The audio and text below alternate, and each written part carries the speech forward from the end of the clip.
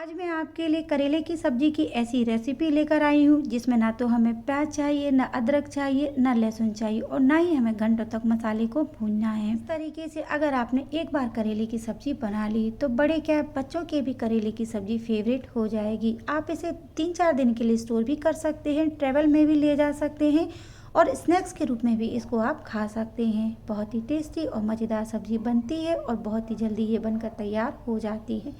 Hello friends, मैं हूं प्रतिभा। Tasty recipe with प्रतिभा में आपका बहुत बहुत स्वागत है। करेले की इस नए तरीके की सब्जी बनाने के लिए मैंने 250 ग्राम करेले लिए हैं। इनको मैंने अच्छे से धो लिया है। अब इसके बाद में हमें इनका एंड पार्ट कट कर देना है। आज मैं इस सब्जी को बिना प्याज और लहसुन के बनाने वाली हूँ, तो जो लोग प्याज लहसुन नहीं खाते हैं वो इस सब्जी को एंजॉय कर सकते हैं।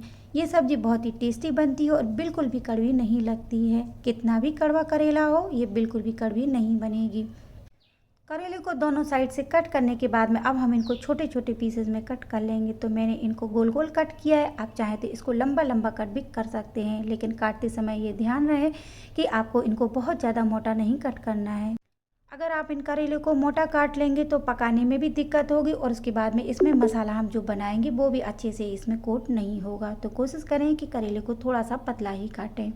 आज मैं जिस तरीके से करेले की सब्ज़ी बना रही हूँ, इसके पहले आज तक ये करेले की सब्ज़ी आपने ना तो कभी सुनी होगी और ना ही कभी खाई होगी। एक बार इस करेले की सब्ज़ी को आप ज़रूर बनाइए, सबको बहुत पसंद आएगी।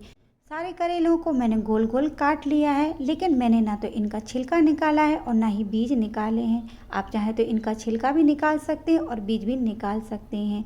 अब हमें करेले की कड़वाहट निकालनी है, तो इसके लिए मैंने 1.5 चम्मच नमक डाल दिया है और 3-4 चम्मच नींबू का रस डाल दिया है। ऐसा करने से करेले बिल्कुल भी कड़वे नहीं बनते हैं। तो नमक और नींबू को हम बढ़िया से करेले में मिक्स कर देंगे और आधा से 1 घंटे के लिए इसको रख देंगे, जिससे कि करेले की कड़वाहट निकल जाए।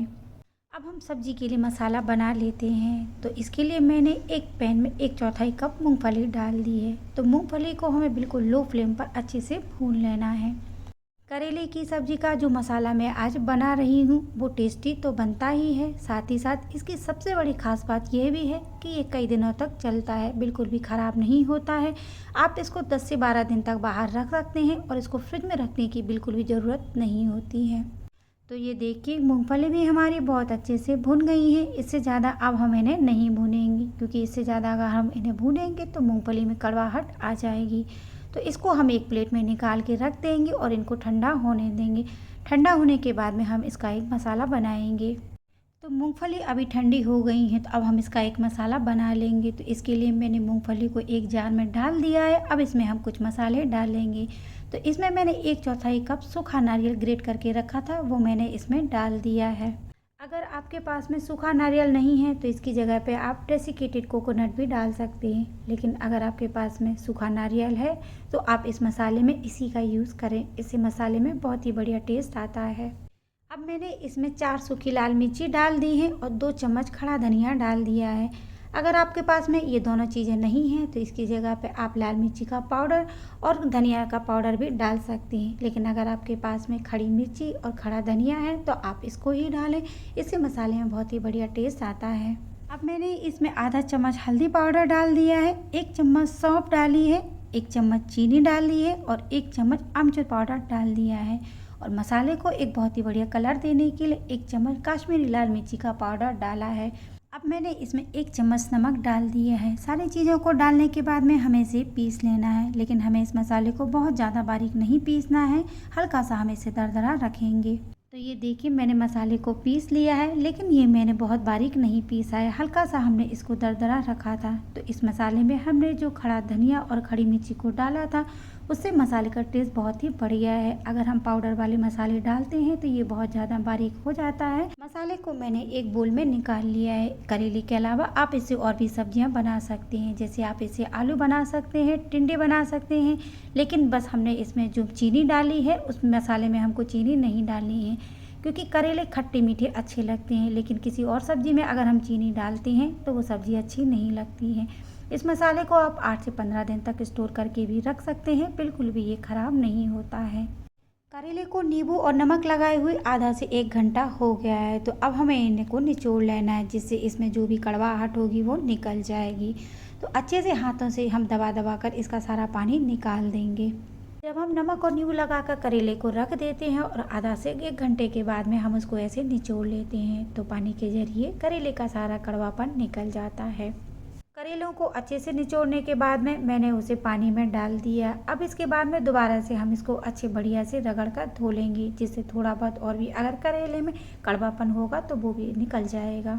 तो करेलों को पानी में अच्छे से धोने के बाद में हम इसको दोबारा से निचोड़ लेंगे और इसके बाद में इसका सारा पानी निकाल देंगे। तो जब भी आप करेले बनाएं सबसे पहले उसको नींबू और नमक के पानी में लगा कर रखें, वो पानी आप निचोड़ कर हटा दें। इसके बाद में इसको दूसरे पानी से 2 से 3 बार अच्छे से धो लें। इस तरीके से जब आप करेले बनाएंगे तो करेले में बिल्कुल भी कड़वाहट नहीं रहेगी और बड़ों से लेकर बच्चों तक सभी को ये बहुत पसंद आएगी। करेले की सारी कड़वाहट हमने निकाल दी है। अब हम सब्जी बनाना शुरू करते हैं। तो इसके लिए एक कढ़ाई में मैंने 3-4 बड़े चम्मच तेल गर्म कर लिया है। अब इस तेल में हमने जो करेले को काट के रखा था वो करेले हम इसमें डाल देंगे और लो टू मीडियम फ्लेम पर हम इन्हें हल्का हल्का सा चला लेंगे। बहुत ज़्यादा हमें इन्हें जल्दी जल्दी चलाने की ज़रूरत नहीं है और ना ही बहुत ज़्यादा हमें इन्हें डीप फ्राई करने की ज़रूरत है। मीडियम फ्लेम पर हम इन्हें बीच बीच में चलाते जाएंगे, हमें इन्हें ढककर पकाने की भी ज़रूरत नहीं है। तो ये देखिए करेले को मैंने थोड़ा सा पका लिया है। अब इसके बाद में दोबारा से हम इन्हें चला देंगे और फिर से 2-3 मिनट के लिए छोड़ देंगे। 2-3 मिनट के बाद में करेले को हम दोबारा से चला लेंगे। तो ये देखिए करेले हमारे पक गए हैं, इससे ज़्यादा हमें इसे पकाने की ज़रूरत नहीं है। तो अब एक छन्नी में हम इसको निकाल देंगे, जिससे कि सारा ऑयल जो है वो कढ़ाई में ही रह जाए। तो बहुत ज़्यादा ऑयल इसमें नहीं लगता है, थोड़े से ऑयल में ही ये करेले बन जाते हैं। अगर आप करेले घर के लिए बना रहे हैं तो थोड़े से ऑयल में करेले को आप ढककर पका सकते हैं, लेकिन अगर आप करेले को सफ़र में लेके जा रहे हैं तो थोड़ा सा ज़्यादा ऑयल डाल दीजिए और उसमें करेले को इस तरीके से आप फ्राई कर लीजिए। इस तरीके से जब आप करेले बनाएंगे तो आपके करेले कई दिनों तक चलेंगे और बिल्कुल भी ख़राब नहीं होंगे। तो सारे फ्राई किए हुए करेले को मैंने एक प्लेट में निकाल दिया है। अब जिस कढ़ाई में हमने करेले को फ्राई किया था उसी में हम सब्जी बना लेंगे। तो सारा तेल मैंने निकाल दिया था, बस 1 बड़े चम्मच तेल मैंने इसमें रहने दिया है। तो तेल अभी अच्छे से गर्म है। अब मैंने इसमें 1 चम्मच सौंफ डाल दी है। इसके अलावा हमें इसमें और कुछ भी डालने की ज़रूरत नहीं है। अब हमने जो मसाला बनाया था वो सारा मसाला हम इसमें डाल देंगे। मसाला डालने के बाद में गैस की फ्लेम को बिल्कुल लो करके मसाले को हम आधा से 1 मिनट के लिए चला लेंगे, जिससे मसाला ऑयल में अच्छे से मिक्स हो जाए। तो मसाला ऑयल में अच्छे से मिक्स हो गया है। अब हमने जो करेलों को फ्राई करके रखा था वो करेले भी मैंने इसमें डाल दिए हैं और इसके बाद में दोबारा से हम 1-2 मिनट के लिए करेलों को मसाले के साथ में अच्छे से चला लेंगे। सारे मसाले अभी सूखे, इसीलिए हमें गैस की फ्लेम को लो रखना है। अगर हम गैस की फ्लेम को हाई कर देंगे तो सारे मसाले जल जाएंगे। 1-2 मिनट तक करेले को मसाले के साथ में अच्छे से मिक्स करने के बाद में हम 1/4 कप से थोड़ा सा कम हम इसमें पानी डाल देंगे और पानी डालने के बाद में गैस की फ्लेम को बिल्कुल लो करके हम मसालों को करेले के साथ में अच्छे से मिक्स कर लेंगे। बहुत ज़्यादा पानी हमें इसमें नहीं डालना है, बस थोड़ा सा ही पानी हम इसमें डालेंगे, जिससे कि मसाले और करेले अच्छे से एक दूसरे में मिक्स हो जाएं। तो जैसा कि मैंने शुरुआत में ही बताया था कि इस सब्ज़ी को बनाने में आपको बहुत ज़्यादा मेहनत नहीं करनी पड़ेगी, ना तो आपको सब्जियों को काटना पड़ेगा और ना ही मसाले को बहुत ज़्यादा देर तक भूनना पड़ेगा। थोड़े ही समय में ये सब्ज़ी बनकर तैयार हो जाती है और खाने में इतनी टेस्टी लगती है कि हर किसी को पसंद आती है। तो ये सब्ज़ी हमारी बन गई है। अब हम 2 से 3 मिनट के लिए इसको ढककर पका लेंगे, जिससे कि मसाले सब्ज़ी में अच्छे से मिक्स हो जाएं। 2-3 मिनट से ज़्यादा हमें इसे नहीं ढकना है। तो ये देखिए 2-3 मिनट बाद हम सब्ज़ी को चेक करेंगे तो करेले में सारे मसाले बहुत अच्छे से मिक्स हो गए हैं और ये हमारी बहुत ही टेस्टी बिना प्याज, बिना लहसुन और बिना मसाले भूंजे करेले की सब्ज़ी बनकर तैयार हो गई है। अब इसको ऊपर से मैंने कटा हुआ हरा धनिया डाल दिया है। आप इस सब्जी को रोटी, पूरी, पराठा या दाल चावल के साथ तो खा ही सकते हैं। इसके अलावा आप इसको स्नैक्स के रूप में भी इंजॉय कर सकते हैं। जिसको भी आप खिलाएंगे ऐसा हो ही नहीं सकता कि उसको ये सब्जी ना पसंद आए। कोई देख के ये कह नहीं सकता कि आपने इतनी टेस्टी करेले की सब्जी बिना प्याज लहसुन की और बिना मसाला भुने बनाई है। अगर आपको 2-3 दिन बाहर जाना है तो इस सब्ज़ी को आप लेके जा सकते हैं। ये सब्ज़ी बिल्कुल भी ख़राब नहीं होती है और जिसको भी आप खिलाएंगे उसको ये बहुत पसंद आएगी। तो कैसी लगी आपको मेरी ये आज की रेसिपी, मुझे कमेंट्स में ज़रूर बताइए।